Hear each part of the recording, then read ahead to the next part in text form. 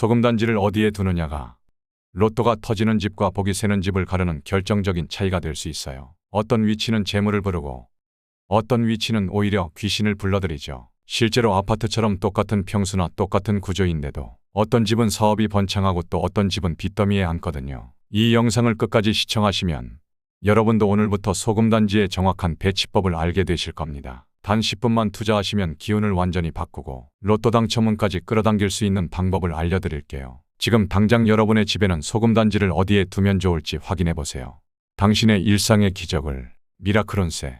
그럼 소금단지를 꼭 두어야 하는 곳부터 알아보겠습니다. 먼저 가장 중요한 장소는 바로 현관입니다. 현관은 여러분 집 안으로 들어오는 모든 기운의 입구예요. 좋은 기운도 들어오지만 안 좋은 기운도 들어온답니다. 옛날부터 우리 조상님들은 현관이나 대문 앞에 소금을 뿌렸어요. 이건 부정을 막는 아주 오래된 풍습이지요. 요즘은 그냥 바닥에 뿌리기보다는 예쁜 항아리나 그릇에 담아서 현관에 두시는 게 좋습니다. 위치는 집 밖에서 들어왔을 때 정면으로 보이는 안쪽 자리가 가장 좋아요. 현관 들어와서 바로 눈에 들어오는 곳이면 좌우 어디든 상관없습니다. 신발장 위나 구석에 두셔도 좋아요. 신발에 묻어 들어오는 나쁜 기운들도 다 소금이 정화해줍니다. 밖에서 오면서 안 좋은 사람을 만났다거나 좋지 않은 일을 겪었다거나 그런 기운들을 소금이 전부 흡수해서 걸러주는 거예요. 특히나 현관에 햇빛이 잘 안 들어오는 집이라면 더더욱 소금단지가 필요합니다. 그럴 때는 조명도 밝게 켜놓으시고 소금단지도 꼭 두시면 효과가 배로 좋아지거든요.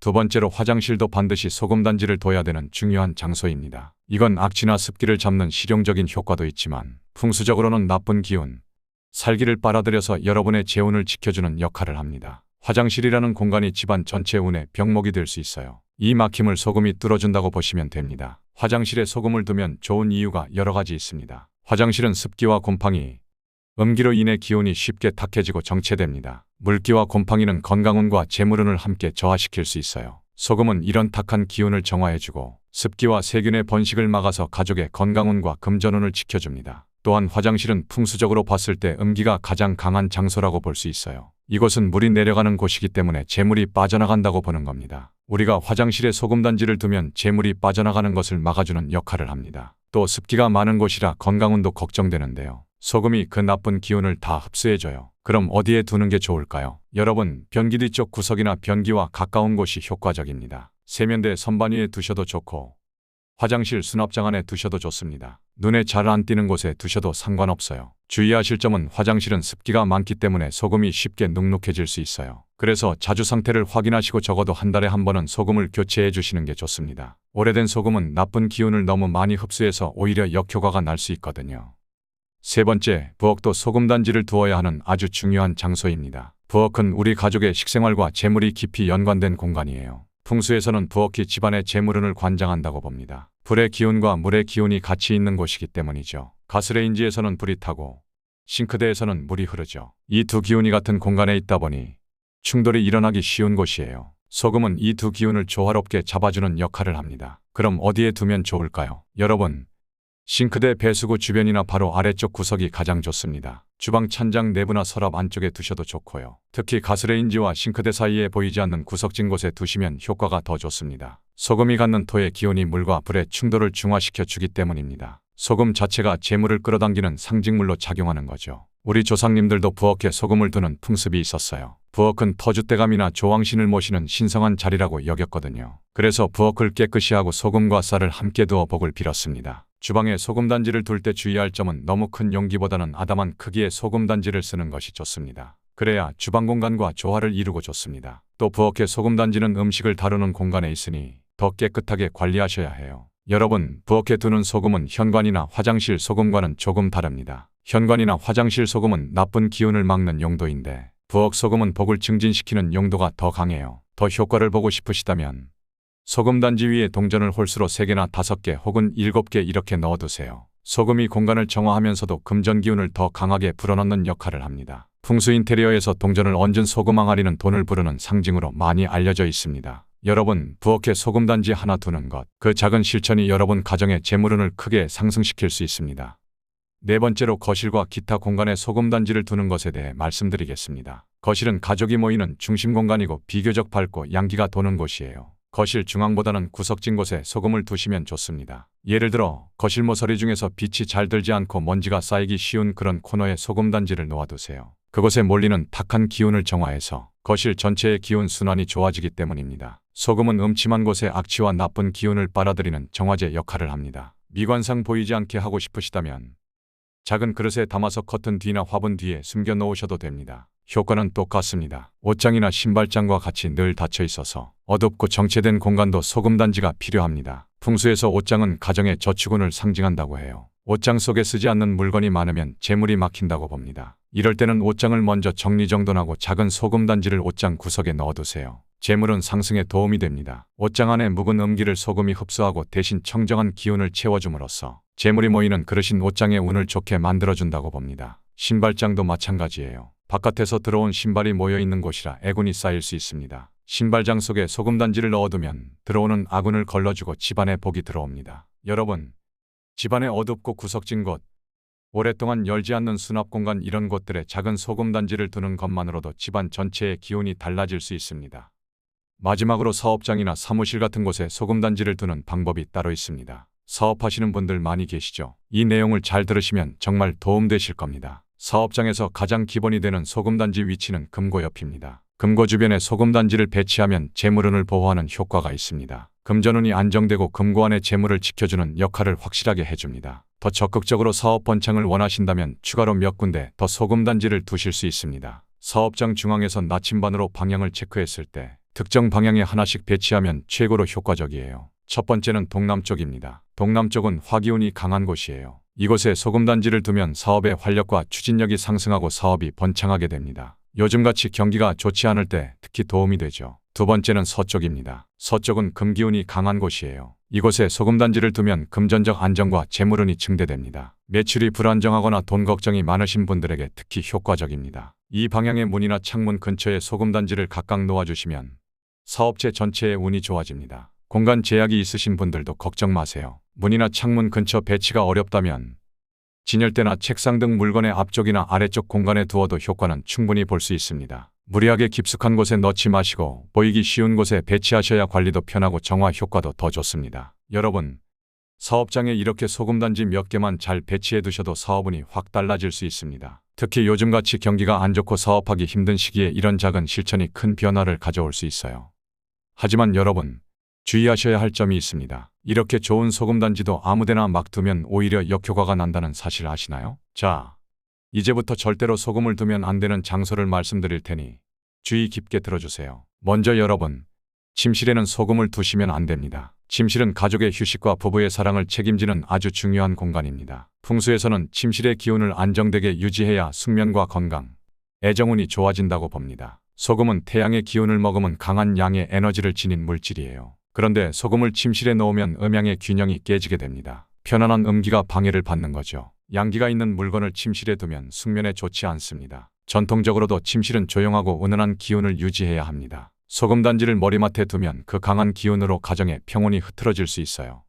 두 번째로 거실에 두면 좋다고 하니 중앙에 두시는 분이 계시더라고요. 하지만 거실 한복판에는 소금단지를 두지 마세요. 거실은 기의 흐름에 있어 정말 중요해요. 거실 중앙 공간은 비워두어야 합니다. 그래야 집안의 생기가 막힘없이 순환하기 때문입니다. 생기는 우리 집의 활력과 번영을 가져오는 기운이에요. 거실 중앙은 일종의 태극 자리입니다. 음양의 기운이 돌고 도는 중심이에요. 이곳이 탁 트여 있어야 집 전체에 활력이 퍼집니다. 그래서 중앙에 불필요한 물건을 두면 운의 흐름을 정체시킵니다. 특히 소금단지처럼 강한 에너지를 내는 물건을 거실 한복판에 두면 마치 집의 심장부의 에너지 소용돌이를 일으키는 격이 됩니다. 그럼 거실을 어떻게 관리해야 할까요? 전통적으로 재물운을 위해 거실 중앙에는 빈 공간을 두고 밝은 조명이나 생기 있는 식물 등을 두는 것이 좋습니다. 저는 특히 거실 구석에 스탠드를 켜두는 것을 추천해요. 그러면 어두운 모퉁이의 기운까지 활성화됩니다.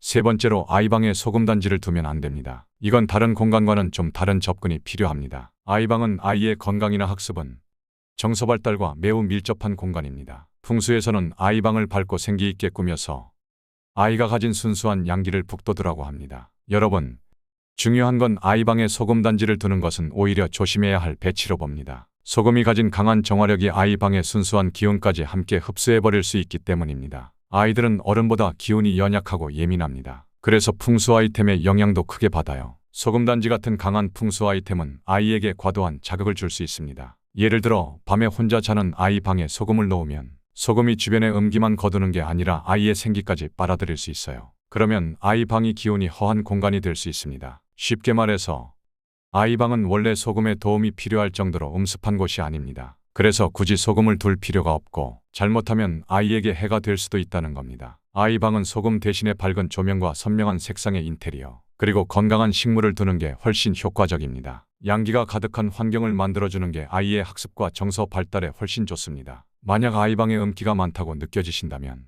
소금단지 대신 창문을 자주 열어 환기를 시키고 침구류를 자주 세탁해주세요. 방 청소도 정기적으로 하고 해가 잘 들게 해주는 게 좋습니다.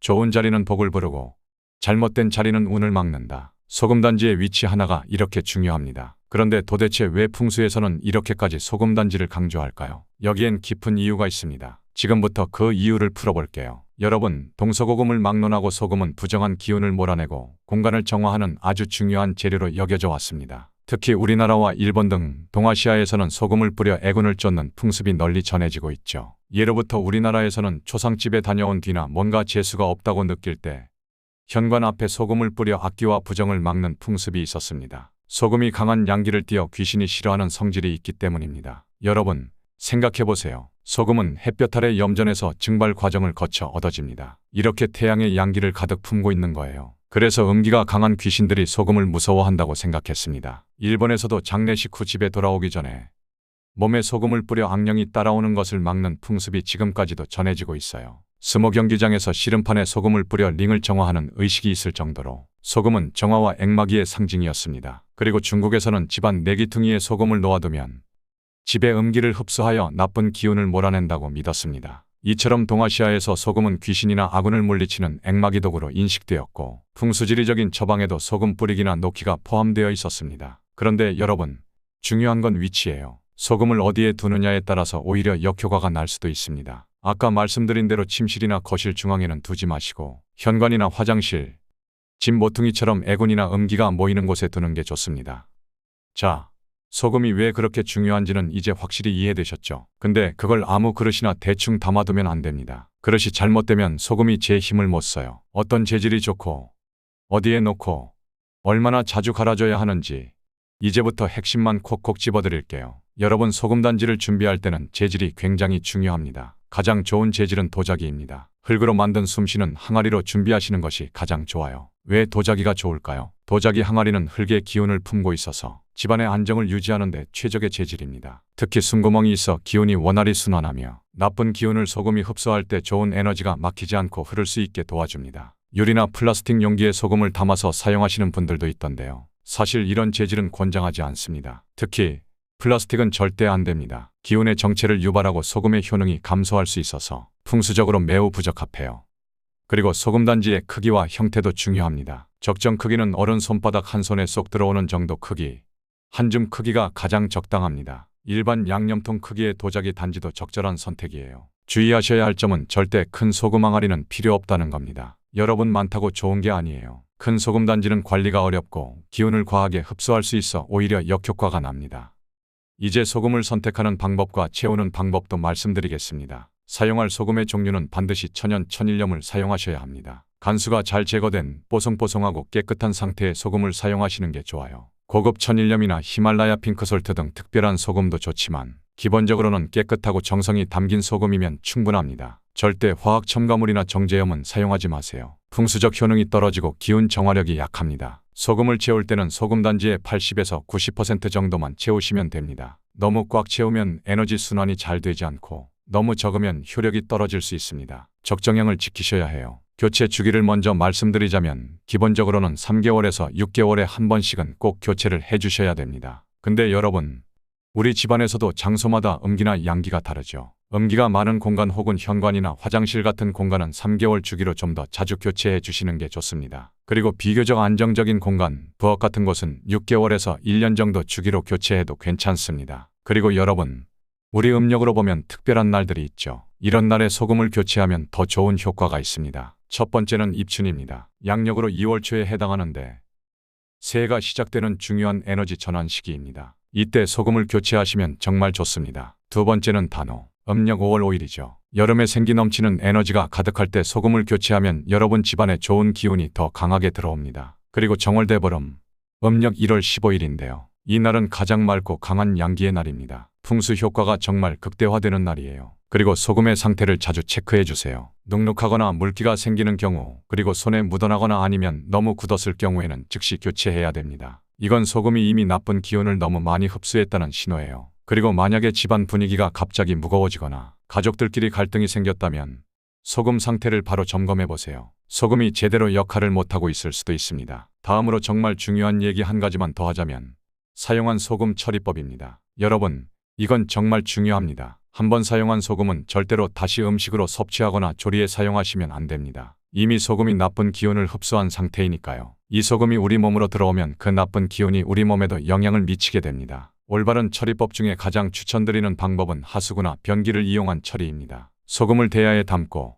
물에 완전히 녹이세요. 그리고 녹인 소금물을 화장실 변기나 싱크대, 세면대, 하수구에 흘려보내면 됩니다. 이때 고맙다, 수고했다는 마음으로 흘려보내면 더 좋습니다. 이 소금이 우리 가정의 안녕을 위해 열심히 일했으니까요. 그 고마운 마음을 꼭 전해주셨으면 좋겠습니다. 또 다른 방법으로는 청소에 활용하는 처리법이 있습니다. 화장실이나 주방 바닥에 뿌려서 청소하고 그 후에 물로 깨끗이 씻어내시면 됩니다. 이렇게 하면 집안 청소도 되고 소금에 남은 기운도 완전히 제거하는 효과가 있습니다.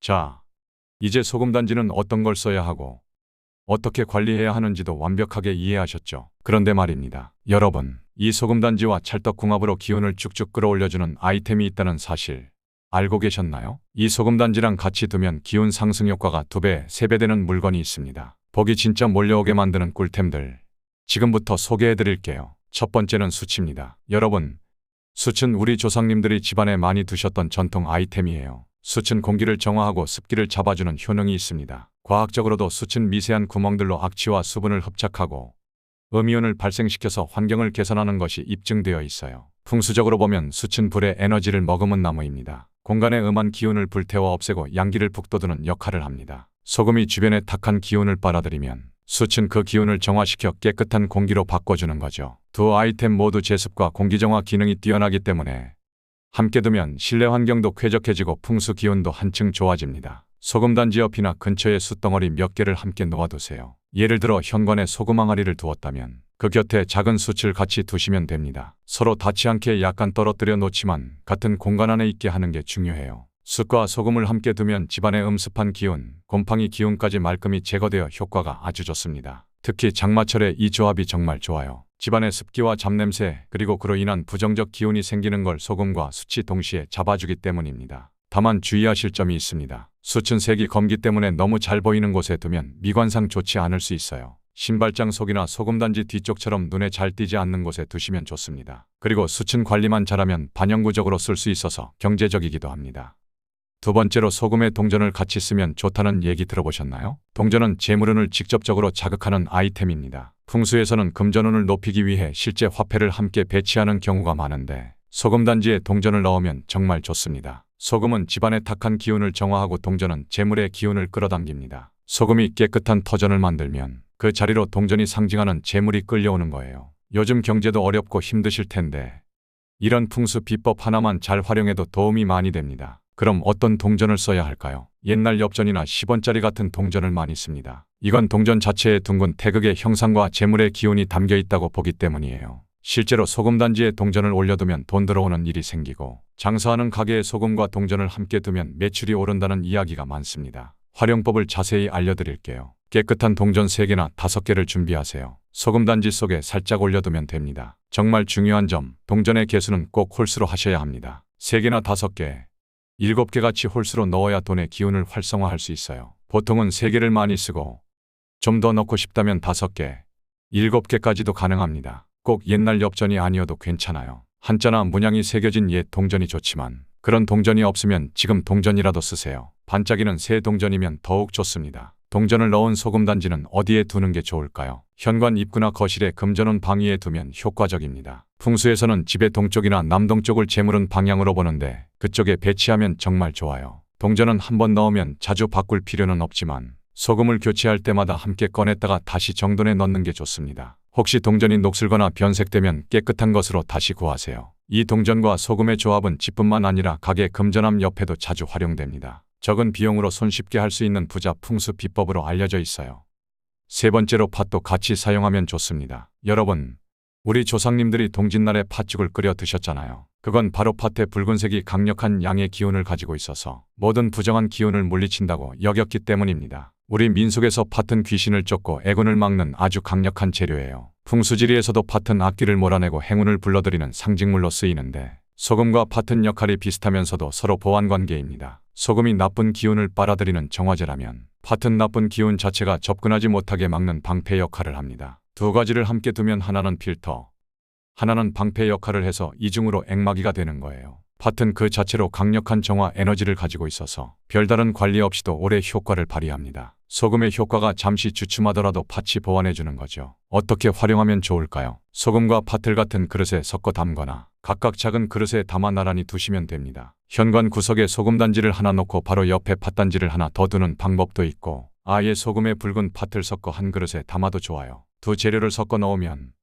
하얀 소금 위에 붉은 팥이 군데군데 보여서 시각적으로도 풍요로운 느낌을 주고 에너지도 조화를 이룹니다. 특히 현관처럼 외부와 맞닿는 공간에 이 조합을 두면 현관문을 통해 들어오는 나쁜 기운은 팥이 1차적으로 차단하고 혹시라도 통과한 악기는 소금이 2차 정화해주는 이중 방어막이 만들어집니다. 팥에 벌레가 생길까 걱정하시는 분들도 계실 텐데요. 걱정하지 마세요. 건조한 팥은 잘 썩지 않고 오히려 해충을 쫓는 효과가 있어요. 그래도 마음에 걸리시면 가끔 팥을 새 것으로 갈아주거나 햇볕에 한번 말렸다가 다시 쓰시면 됩니다. 팥과 소금을 같이 두면 서로의 효과를 북돋아 현관의 기운을 최상의 상태로 유지해 줍니다. 소금만 단독으로 둘 때보다 체감상 집안이 훨씬 편안하고 안정된다는 후기도 많아요.